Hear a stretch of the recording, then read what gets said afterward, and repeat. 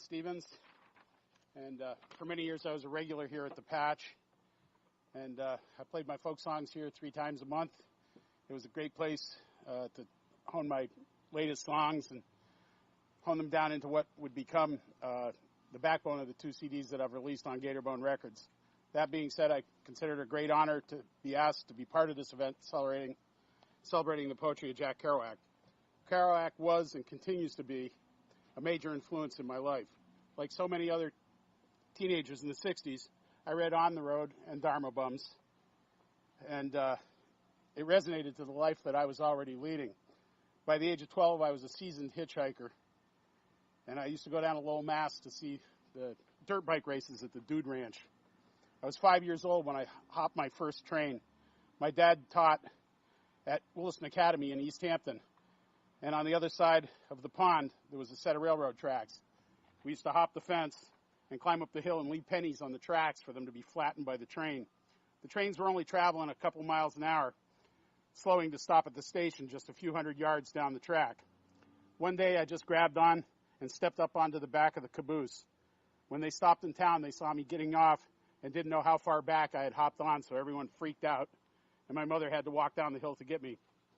It was a great adventure for a 5-year-old, and well worth the trouble I got in for doing it. So I was primed for the world that Jack Kerouac would open up for me. And as I say in my song, My Life of Adventure, my teachers taught me to read all the stories of all the great men and the things they would do, to study their pages and glean all the morals, but put them all back on the shelf when I'm through.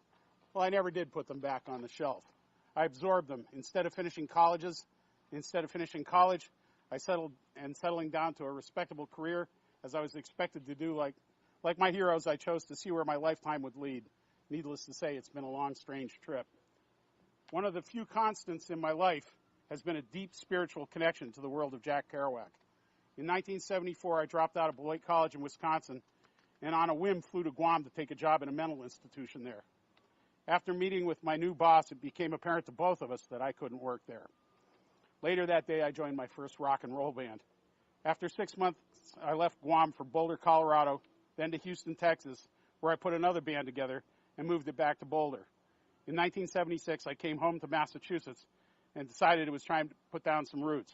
I cut my hair short, used what money I had as a down payment on a house, and got a job. I really tried, but my neighbors pissed me off, so I put a band back together. In the next 9 years, I rocked a band out in that house.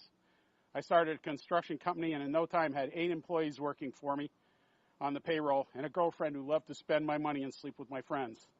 It was all too much at times.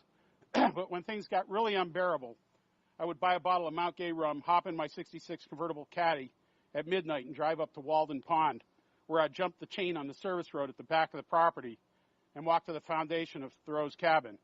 I'd sit on the front stoop, drink the whole bottle of rum, then strip off my clothes and swim to the middle of the pond and just float up my back looking at the stars. It never failed to rejuvenate my soul. My friends and I called ourselves Zen lunatics, and it was these activities which kept us all from going insane or worse, becoming mundane. So why do I tell you all this? It's because I feel the need to let you know why I feel even the slightest bit worthy to read Jack's poems for you today. I'll start by indulging in just one more piece of my history. I wrote a song a couple of years ago from my second CD. The song was called Kerouac's Dream. It was inspired by a dream that Kerouac writes about in his journals. In the chorus of the song, I paraphrased 2 lines from the journal entry. So in order to record it, I had to get permission from the Kerouac estate. Through the folks at the Flamingo Sports Bar in MLK, I got the number to call. The Flamingo was one of Kerouac's last watering holes. At the time of his death, he lived on 10th Avenue North on the corner of 50th Street, so the Flamingo was close. I dialed the number, and I was shocked to find myself talking directly to John Sampas. His sister Stella was Jack's last wife, and John currently manages the estate and, in fact, still owns the house on 10th Avenue. I was talking with a direct connection to the world of the Beats, and he sounded just like you would expect him to. 1950s hipster all the way. We had a long conversation, and he gave me permission to use his lines. Jack's mother, Gabrielle, who he called ma mère, always called him Tijan, which is Canuck or French Canadian, meaning Little John. Her influence, and as Ian mentioned, the traumatic loss of his 9-year-old brother, Gerard, when Jack was 4, would shape much of his life. So this is the song I wrote for Jack. I'm going to play it for you now.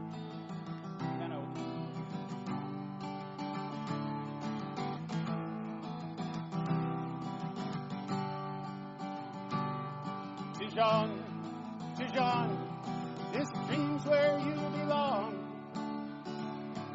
Your golden journey now has just begun. Your mother's arms to hold you.